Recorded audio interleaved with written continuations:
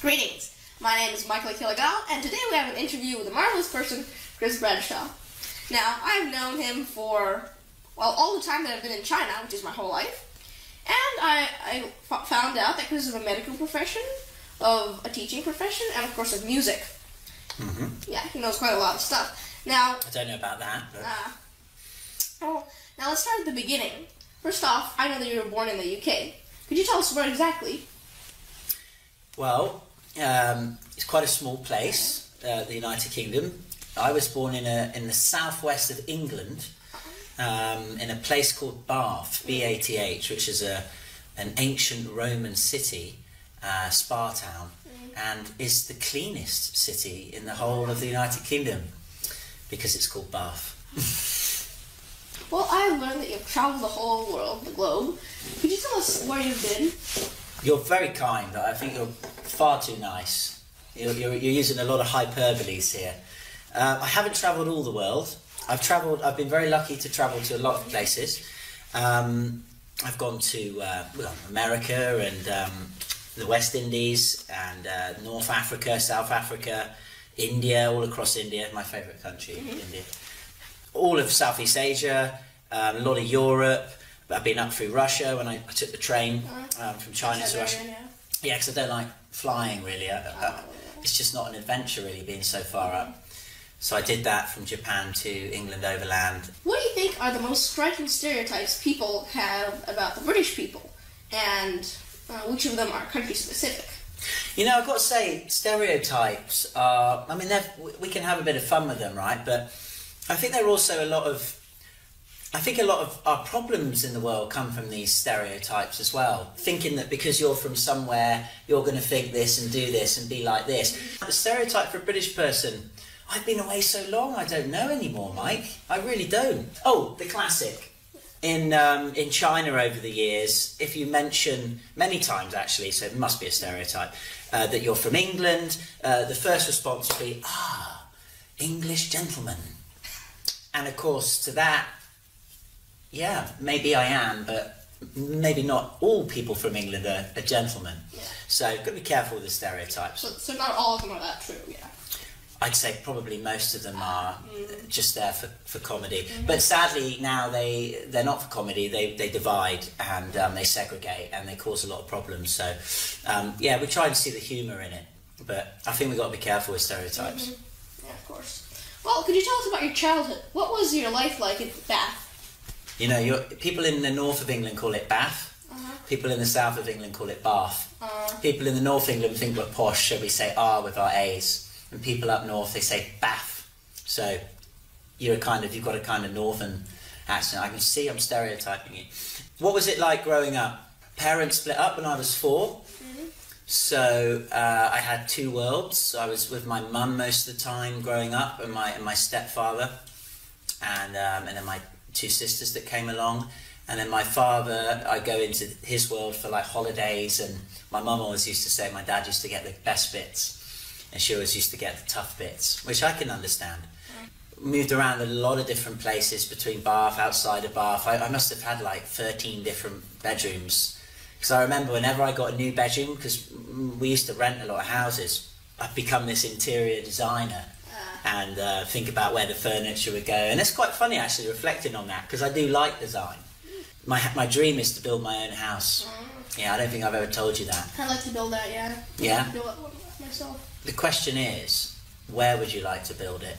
Of course, now, soon, maybe when you're older, we can build a house, put it on wheels or on wings and fly it out if it hasn't got COVID. Or on a ship. On a ship, yeah. Yeah, where would you like to build your house? Somewhere with a lot of snow. Ooh. With a lot of trees. Forest. Yeah, like in Siberia. Yeah, well, you can't get better than a Siberian forest, Mike. Beautiful. But it could be cold, yeah. Why I love being in China is we're in the subtropics, so I love the ability to not have to wear too much tops and this and that. And I do think the sun is really important for us. I think a lot of studies show that the vitamin D that it can create on, when it reacts with the skin. I like to have two actually. One somewhere up north and somewhere in the middle with a palm trees like that now down here. You can go between the two. Yeah. Well, that is the way to do it, isn't it? Or you can, like you say, you can move it up and down. Yeah. Well, I've never been in the UK, as you have been, and let alone study there.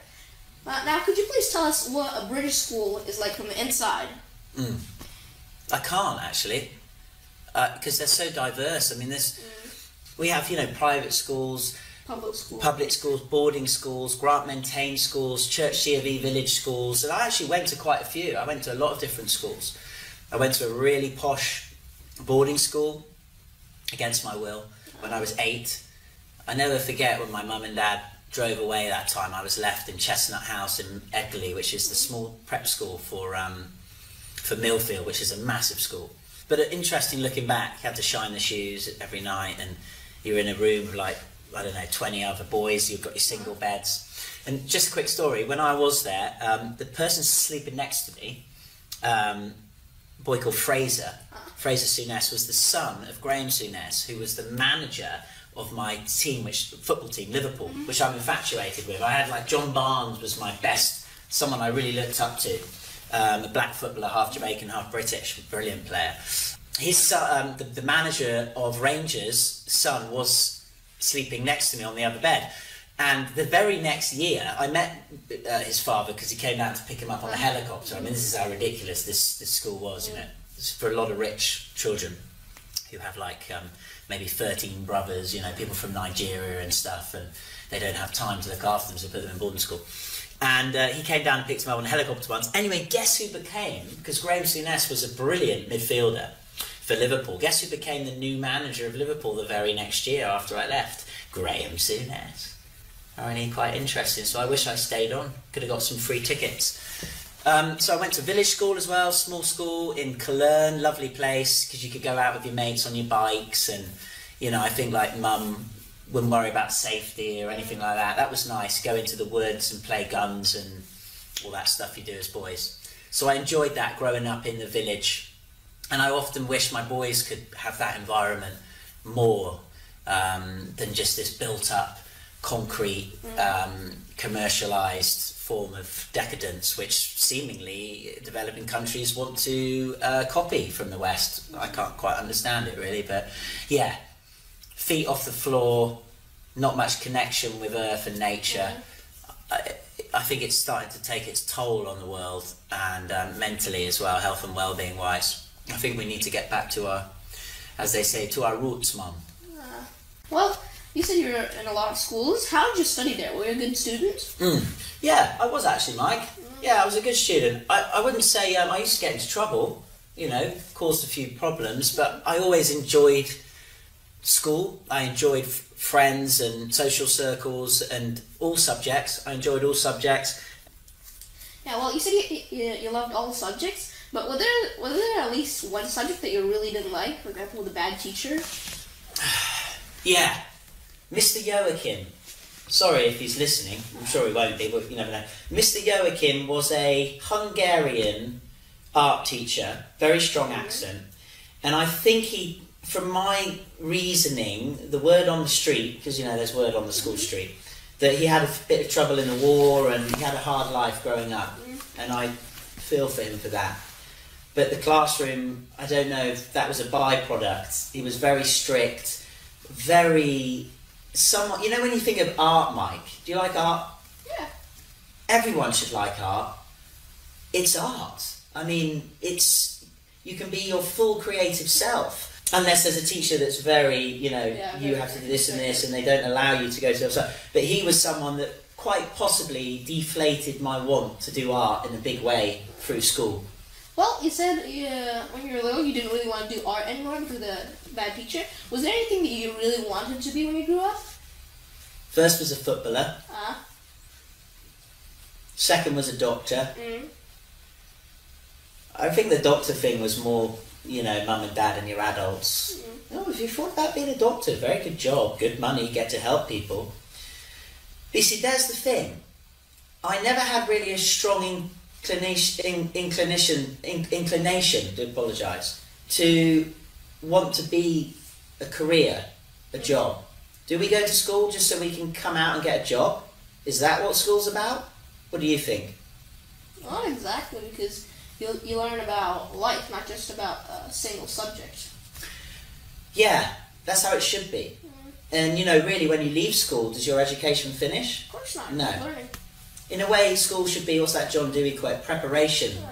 What's that saying? I'm terrible at sayings. Education's not preparation. Education is for life, not just preparation for it, I think. Something like that. But the point is that we still learn when we leave school. And so I think, in answering your question, I like to say this: school should all be about finding your, I call it mojo. What have you got that's innately Mike? So when you asked me what I wanted to be, you know, I really don't think school helped me with that at all. And it's taken me really till now in my later years. And you reflect back and you think, well, I wish I knew that. I know it's in hindsight, but I wish I would have studied that, because when I went to university in that, Mike, I didn't really know what I wanted to study, and that's just not good enough. You should come out of school really knowing what you want to add extra now for university. And I'm certainly not the only one. I think a lot of, you know, students 16 to 18 come out very miffed about where they want to go. And you know, I'm teaching now. That's my full-time career now. So it's something that I've become quite passionate about, and I really see it from the ground level up. And what if you could go back in time and meet yourself when you're about 13 years old? What advice would you give yourself? What would you tell? Mike, you're asking some bombs of a question. I mean, these are big questions here. What would I say when I was 13? That's your age, right? I'm just putting myself in your position, thinking what it must be like being in your head now, interviewing someone like me when I was 13. Of course, we wouldn't have had all this equipment and that now. Bless you. Thank you.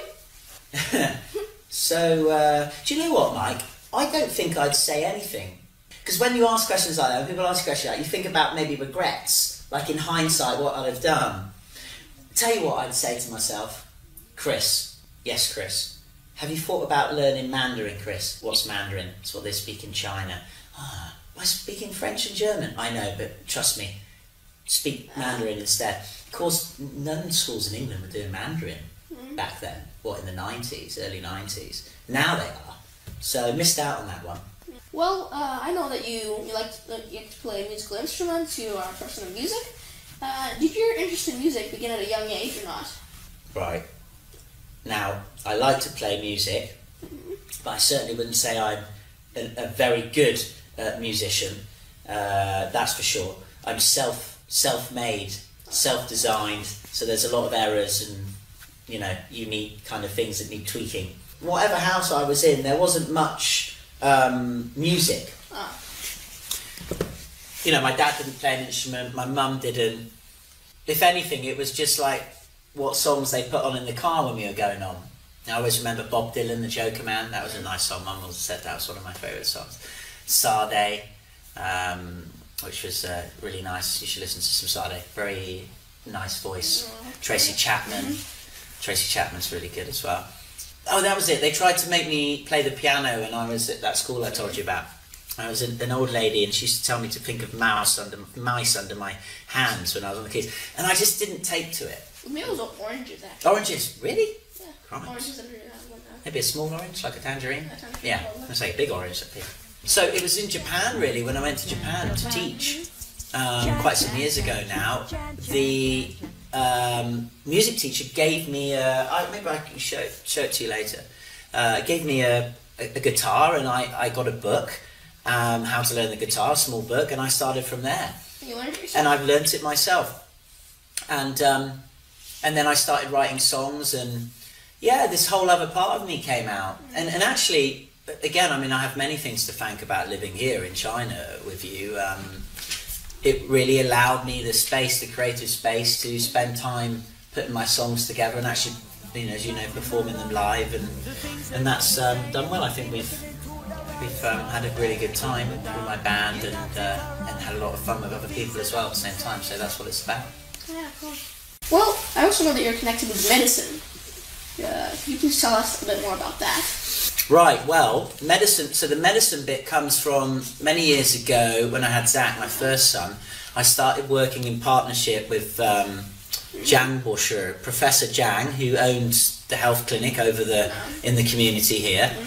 And I really came in on the angle that I was very interested in traditional Chinese medicine, but I come in it very much in a non-traditional, non-allopathic kind of way, more holistic. I'm also very interested in, actually I went to India and did some studies on human energy fields. That's how I started, and China of course is very open to this kind of thing. They talk about qi, they also talk about fields. You have the qigong and the tai chi. They're into that understanding of the holisticness of health, and so that's how I got interfaced with Mr. Jiang, and it ended up me learning a lot and snowballing to a point where the international medical services, say 10 years ago, was not good enough. So we set up a clinic, an international clinic, and we got a couple of doctors in, and we put a lot of different health programs and services on. I trained to be a health coach at the time, helping with people's health and well-being goals, your diet and your exercise and mentality as well, your mental approach. And that went great. And then, as anything in China, and then this kind of thing happens. One minute you go to a restaurant with your dad and you have a good time, and then the next month you go to the same restaurant and have another good time, and it's no longer there. What's there now is a clothes shop or a Baijiu shop or something like this. Everything has changed. Everything's changing, and they got into that. They changed the leadership. It all fell on its head. I did form a health consulting company, but it was very tough up and down. And for my children, which I have 4 of now, I needed a more stable income here. And so, by hook or crook, I ended up going full-time into education. Well, you're talking about healthy diet, and when you're a medical consultant. Could you tell us more about health coach? Yeah, health coach. Could you tell us more about I know you have a healthy lifestyle, like healthy diet. Yeah. Okay. Yeah. Good. Yeah. Good question. Well, first of all, I think everyone's different. So the things I found for me might not be for you, and they might not be for your friend. And so I think, as I always say, life is like an experiment, and actually we're all scientists, whether you like it or not. We're all experimenting every day in this physical reality. Discipline's really important. You know, I think discipline is everything, and that works in food, it works in your job, it works in sport, it also kind of works in marriage and stuff as well. So I would say my healthy self is probably not the best now, because I have 4 children and we have full-time jobs, and life's quite stressful at the moment. Yeah, so what I do is, let's talk physical. I get up at 5:30 in the morning, I take my shoes off, I go down to the ground, I stand on the ground, I do a bit of yoga, some push-ups, I go for a run quickly, and then some pull-ups on the pull-up bar. That's about half an hour, then I get ready for work, and I'm off to school all day. Eating, I think, is most important, more important than anything actually. More important than your exercise, and more important than your genetics. Because people think, my dad's fat, I'm going to be fat. Self-fulfilling prophecy, they become fat. It's not true. Genes have a little sway. Exercise has some sway too, but the biggest thing is what you're putting in your body. And so if we're talking about what you're putting in your body, we've got to go green. Not on the smoking side of things, but more on the vegetables and the herbs. Cut down the meats. I tend to say eat anything without eyeballs. Which means most of the time I don't eat meat or fish. And I think that's the way to go, especially when you look at how food is produced today. It's becoming manufactured, pumped up with chemicals, and is not good energy. We talk about that energy again when you eat it. Yeah, you know, some people say people that eat a lot of meat actually start turning into what they're eating. I'll just leave you with that. And they say people that eat a lot of beef start to become really quite big and thick and broad and grunt, maybe moo. People who eat a lot of chicken, you know, they're kind of always whizzing around, always busy. That's why Chinese say when a lady gets pregnant after you've had the baby, what do they tell you to eat? Chicken soup. Gives you lots of energy. Chickens got energy, haven't they? Pigs. What do you think happens if you eat lots of pigs? You become a pig. Yeah, well, your skin might become like really rough and itchy. And I just, you know, I'm joking around a bit, but so yeah, lots of green vegetables, do some exercise, and Nothing with eyes. What's that? Nothing with eyes. Nothing with eyes. Excellent. Now, next question. Now we're taking an interview in China, and we're living here, right? We're not going to go anywhere else, and it's not like a vacation here. Did you say we're not going to go anywhere else? No, I meant like we didn't come here for a vacation. Oh, I see. Yeah, we're living here, and yeah. So how did you end up here? Right. Do you know, I've interviewed, because I interviewed a lot of people on the podcast, the China Jello podcast, and I found a majority of people, when I asked that question, say, by chance. We just kind of fell into China. Yeah. How I got to China, Mike, was this. I came back from Japan. I had a business idea I wanted to do. I wanted to design a product. In fact, I think I might have this product here. I should show you the prototype. And I was looking at where to get it manufactured. And of course, England, not being a manufacturing hub of the world anymore, it just didn't work out. The costings didn't work out. The business just wouldn't have been able to be made. So I was looking at India, and I was looking at China. And someone I know is a very good friend had a contact in China, and that's why I went the Chinese way. Now, I'd been to China before with my girlfriend, who was actually is now my wife. She's from Japan, and we went to China for 3 weeks, and then I took the train, as I was saying earlier, back to England by myself. Said goodbye to my wife, my girlfriend at the time, never knowing that I would be back again in those few years designing and manufacturing a product here. So it all started, my love of China came with an entrepreneurial idea. Zhuhai was a place where an agent I was working with, Chinese agent, was living, and then we'd take a bus every day to the Jiangmen, which is where they do a lot of stainless steel products, and that's what would happen. And so the business became very successful. It was called Urban Revolution, and by gosh, don't we need them. And I used to come here for quality control, 3 times a year. Imagine, I used to go out onto a road as an expat, and suddenly it was like one of those movies, 6 cabs would just pull up to you, and you'd be like, I don't need a taxi. But of course, you're a foreigner and you're on the side of the road, you need a taxi. Whereas nowadays, you stand on the side of the road, you'll be standing there for hours, So about 3 years of coming here, I met someone who had a business opportunity that allowed me to leave England full time, and I was getting bored with the product I was making. It was actually can I show you it? Yeah, sure. Yeah.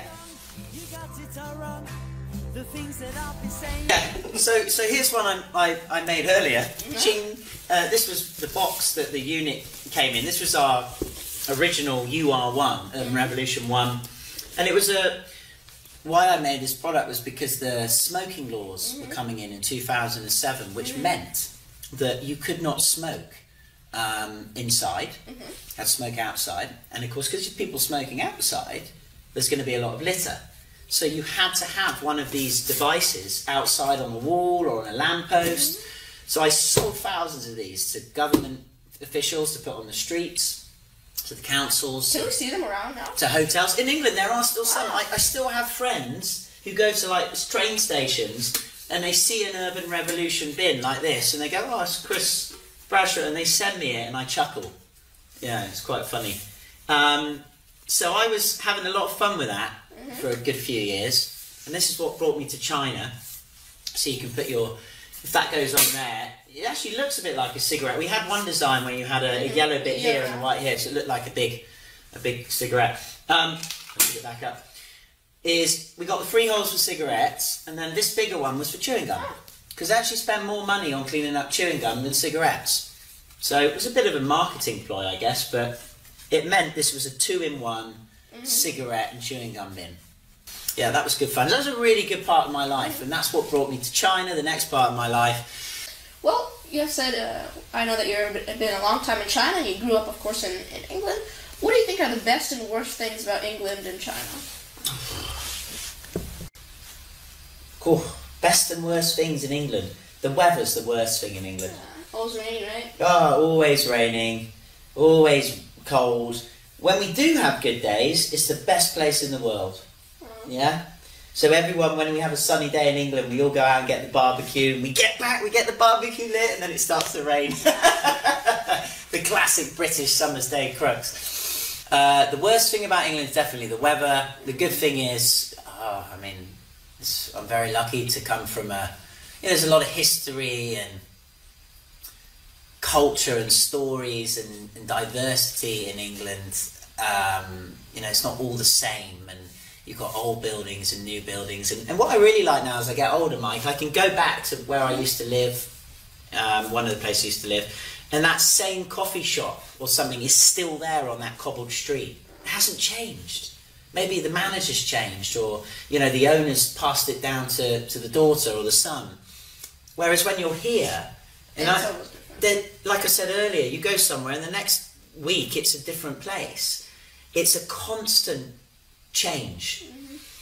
And I think I think when you're younger, that's kind of cool, because we want to be doing different things. But as you get older, I think we appreciate and respect that kind of longevity a bit more. And I think that's what China will get to later, but now it's in this kind of rushing racing stage.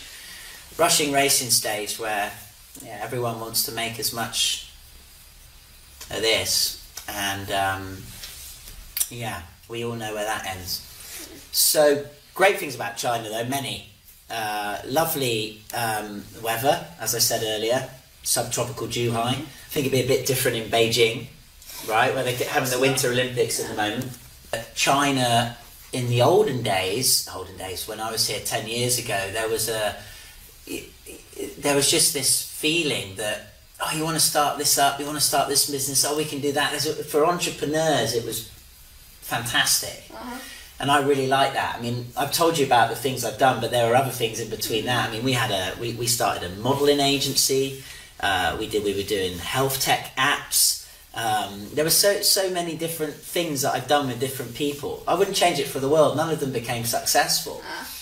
But it's playing the game. That's what it's about. It's not about winning. It's playing and in creating and learning and learning. Absolutely. But I think now, Mike, China's certainly becoming more conservative. As the country develops, things become more expensive, more rules start to happen, or more rules start to be enforced. So it's been a big change over the years here, good and bad. But we've been very lucky, and I thank China a lot for everything it's given to us. Well, you said you're not making as many projects as you used to, but still, are there any projects at all that you're working on right now? Okay, well, we're still doing China Jedi project. Maybe we should get you on one time. I can interview you. We can do a role reversal. Yeah, on the China Jedi show. So I do that. That's very much a hobby. I focus now on China Jeducation. Do you like that? Jeducation, education. Put J on the end at the beginning. What else am I working on? Doing a new album at the moment, not with Sun Yat-sen's, my original band, but with my friend who started Sun Yat-sen's with us. We're doing some more electronic kind of stuff, using the computer and not going out and playing, because we just don't have time with all the kids now. So that's in the works. I've done one song already. Maybe, I don't know how this is all going to be cut, you can play it or something. Bray Delicious. And that song was made for my wife for her birthday. But it's not about my wife, it's called Progressive Love. It's about love progressing. As you get deeper into a relationship, love forms a new meaning, actually. It goes deeper. How romantic. Well, how does the whole process of writing a song go? Do you like suddenly get an idea? Oh gosh, yeah.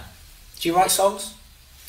I used to write rhyming lines, not exactly poems, but I just think of something and I just write it. Yeah, good. Well, that's the start. So I have on my phone like the notes section. Maybe I'll be going along and I'll just come up with this melody, Mike, and I'll either sing it. Oh, it's so embarrassing, listen to it back, but you forget them otherwise. You sing it into your phone audio, or you come up with some chorus or strapline that works and that's like resonates with what you're thinking at the moment or something, a problem or a vision you have. And that's how I build it up. Do you play an instrument? I used to play drums. I used to play pianos, like I told you about the oranges. I don't like the word "used to." What do you mean? You mean you've just for the moment temporarily put them to one side? Yeah. Yeah. Because they're moving. Yeah. Yeah. Because when you say "used to," it's kind of quite final. Be careful of that. You should always have instruments ready to pick up again. Yeah. Life's music. So so I could show. Oh no, I wouldn't bother showing you. But I got like some songbooks, just scrapbooks, and I open it up, and it'll be something I'm thinking about, and I'll put the title down, or maybe not the title, but I start generally with the guitar, and I'll get a melody, and like I said, if I had a chorus, then I'll try and match it somehow. So I'll play with some chords and just get a feeling, use some minors and some majors.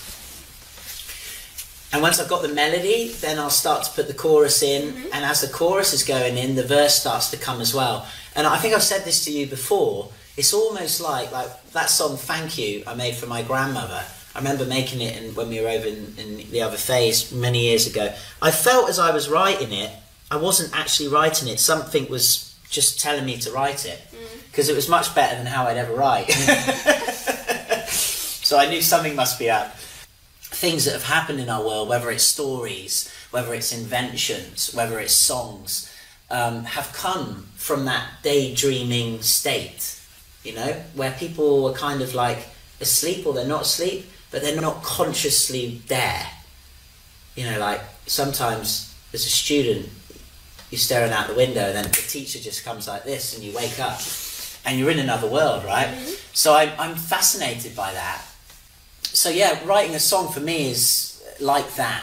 I don't know how other people do it. I just find it a very meditative process. And sometimes I like not writing any songs, and sometimes, like in a few days, I'll just be like, oh yeah, I like that one, that one, that one. It just comes in waves. So yeah, but I think whether you make songs, or you make poetry, or you write stories, or you draw, this is what all people need to be doing if we want to feel more whole, I think. And I think about that a lot, because I have children, and they're growing up in a different way that I never grew up. So I want to be able to touch them in that way, to show them that window, yeah? Because I don't think school does it very well. Well, let's return to music, and I really favor one of your songs, Ting Budong, and are you kind enough to let us use it in the videos for the intros and outros? Yes, well, always welcome that. Yeah, it's wonderful to hear someone liking a song that we did. Yeah. Well, could you play it for us now? Really? Yeah. You want me to play it? Yeah. Wow. I would be absolutely honoured to play it. I haven't played it for... You mean Ting Budong, right? Yeah. Ting Budong. Ting Budong. Yeah, absolutely. This is one of the songs, one of our favourite songs in Sun Yat-sen's that we used to play a lot. And it's a good song when people ask you to play it, for example, or people can sing the chorus. Yeah. So let me go and get my guitar. Okay. Look at this. Okay. Well, that would be actually the guitar that you got in Japan, right? Absolutely correct, Mike. Yes. It was. This is a Suzuki guitar, but yeah, I bought it for cheap, and this is what I learned on this classical guitar, nylon and steel strings. So yeah, it's one I cherish. I wouldn't like damaged. Maybe I'll pass it on to one of my boys one day when they learn. Okay, so Ting Budong, yeah? Oh, no.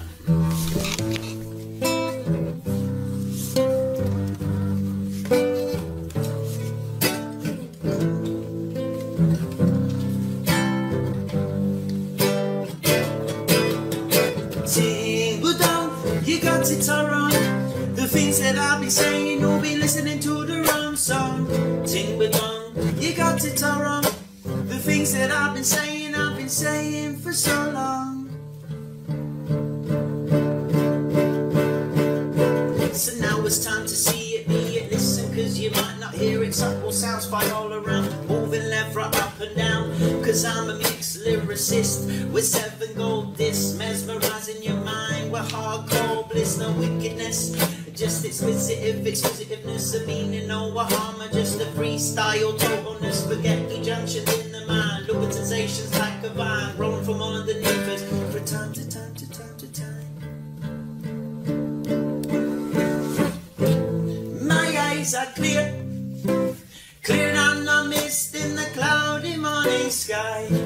My eyes are clear, cleared on the mist in the cloudy morning sky. Ting ba dong, you got it all wrong. The things that I've been saying, you've been listening to the wrong song. Ting ba dong, you got it all wrong. The things that I've been saying for so long. So here we go, let's rap again. My microphone is on cut 10. I wanna be your best friend, so pass me over that pen. I'll give you a number, then put it under the letter C. I mean, Chris J. Bradshaw gonna make you really happy. So take it, make it, feel it, shake it, and create it. Cause love and friendship will always make it and break it. So maybe we can meet up, turn the heat up, put our feet up sometime next week, but it will probably have to be a secret. My eyes are clear, cleared on the mist in the cloudy morning sky. My eyes are clear, cleared on the mist in the cloudy morning sky. Ting ba dong, you got it all wrong. The things that I've been saying, you'll be listening to the wrong song. Ting ba dong, you got it all wrong. The things that I've been saying for so long. Mike, you gonna do this one, me? Okay. Bright lights. Bright lights, TV, and chicken feet. A recipe for success if you want to compete.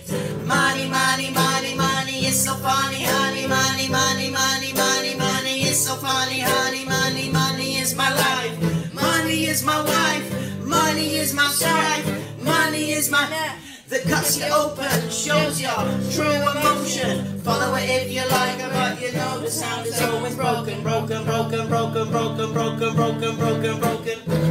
My eyes are clear, cleared on the mist in the cloudy morning sky. My eyes are clear, here we go. Cleared on the mist in the cloudy morning sky. Ting ba dong, you got it all wrong. The things that I've been saying, you've been listening to the wrong song. Ding ba dong, you got it all wrong. The things that I've been saying, I've been saying for so long. Lost verse. So now we see it, but we fear it, hear it from our mind and spirit, stranded in the vacuum of time and space and metaphysics. But listen to the lyrics, they will satirically, intellectually, and mathematically algebraic, but not prosaic. Just let me sway it, play it like a never-ending game that can't be tamed. No complaints, just entertain with no pain, no blame, new terrain built on top of the old pain. My eyes are clear, clear than the mist in the cloudy morning sky. My eyes are clear, clear, clear on the mist in the cloudy morning sky. Ting ba dong, you got it all wrong. The things that I've been saying, you've been listening to the wrong song. Ting ba dong, you got it all wrong. The things that I've been saying for so long, long, long, long, long, long, long, long, long, long, long,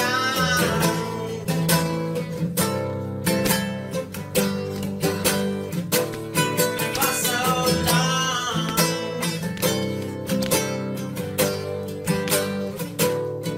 Ting ba dong.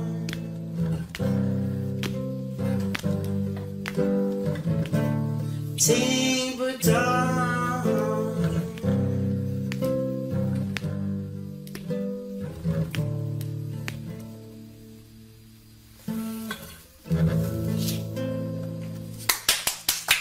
Thank you, Mike. Nice one. Ting ba dong. Yeah, thank you very much. That was very nice. You're more than welcome. Okay, next question. Right. What do you value most in men and What do I value in men? and people? Oh, in people. Men and women. Yeah. Right. What do I value? I value honesty, Of course. genuinity. Mm-hmm. All my good friends are very genuine. They're never something they're not. Okay, I always know who they are. You know, they're always down to earth, salt of the earth types.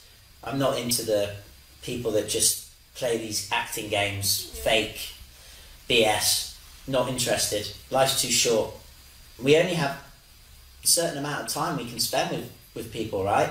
So make sure you spend it with the right ones. I think sense of humour, which is, I don't want to stereotype, because we all have, there are sense of humours, and humour's very different in different countries, Mike, but open-mindedness to listening to something and not reacting, maybe you might think it's rude or you disagree with, having an open mind. And I think living in different cultures certainly allows that lesson to be learned either very quickly or in a very hard way. So I think being open-minded and very genuine, honest are the things, and of course kindness comes clearly with that. Yeah. We don't like unkind people, do we? Mm.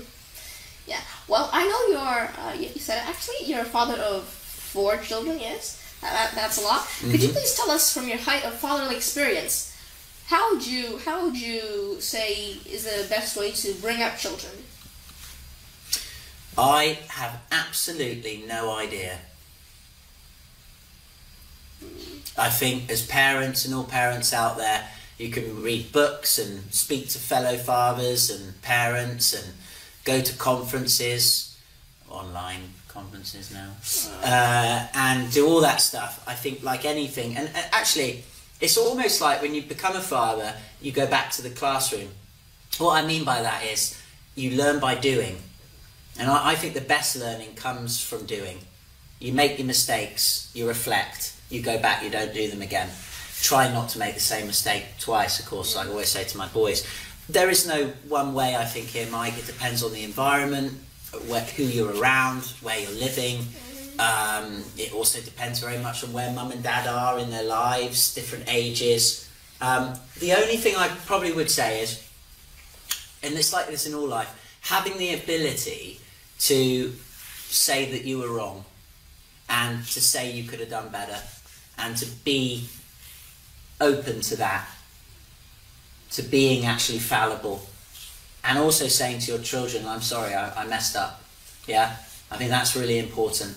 And if I remember rightly, I have a special poem, yes, that's on my fridge, and I should read it more probably. Can I read it to you? Because I think really that would be much better coming from someone else's mouth through my mouth. This is the poem. It's by a lady called Diane Lumans. All right, and it's about what she would do if she could raise her children again. Yeah, because it goes so fast. Every parent I talk to who have children older than me, they say make the most of it.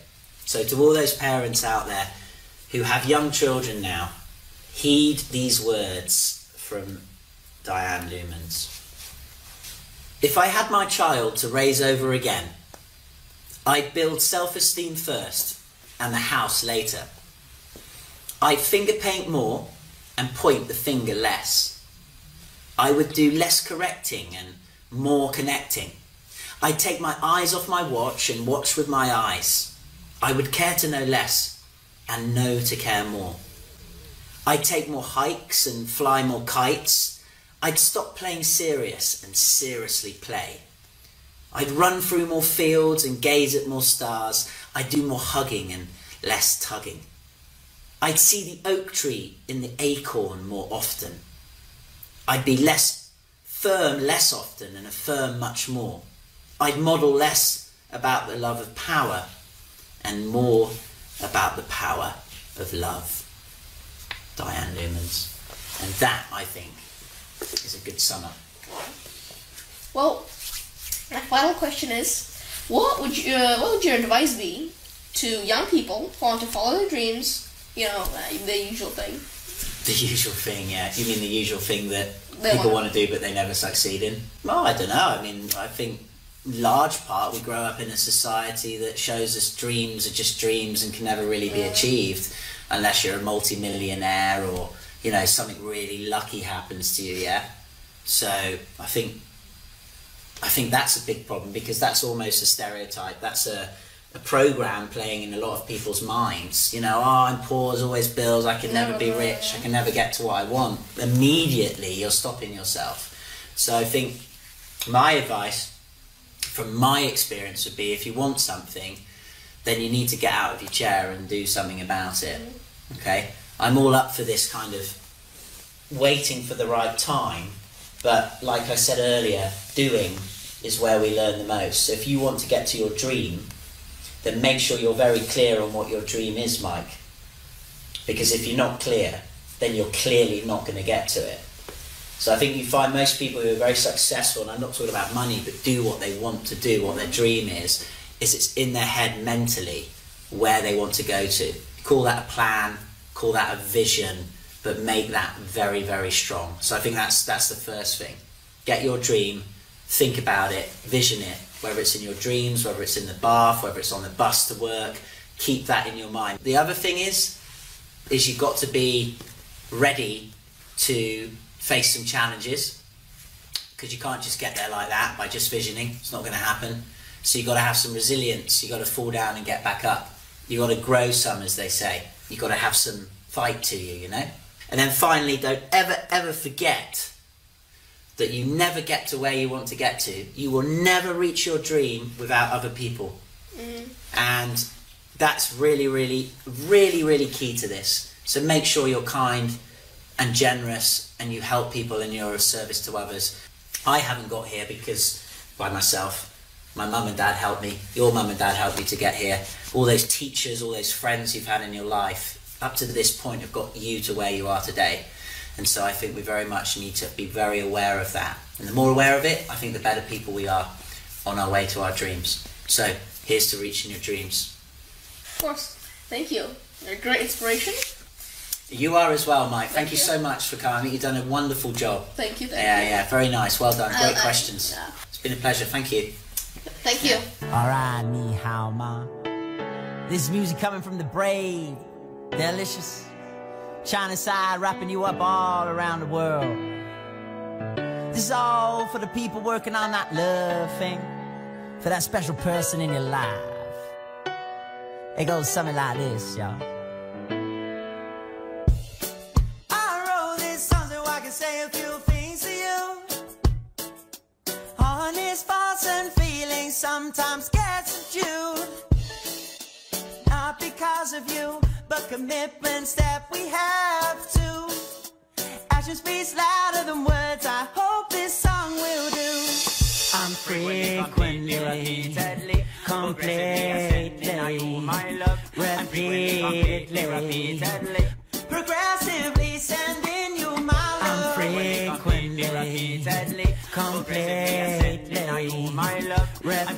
completely, repeatedly, progressively sending you my love.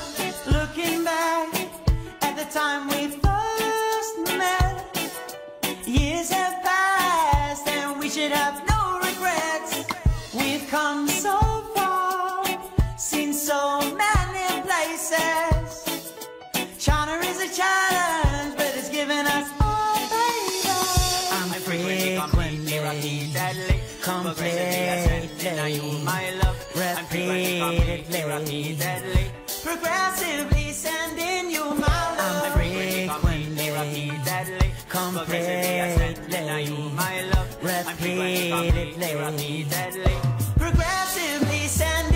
my love.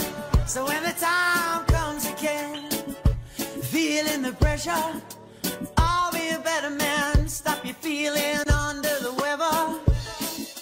Future for all of us, we can't fully measure. For all that will come, we will always be together. I'm frequently, completely, repeatedly, progressively sending you my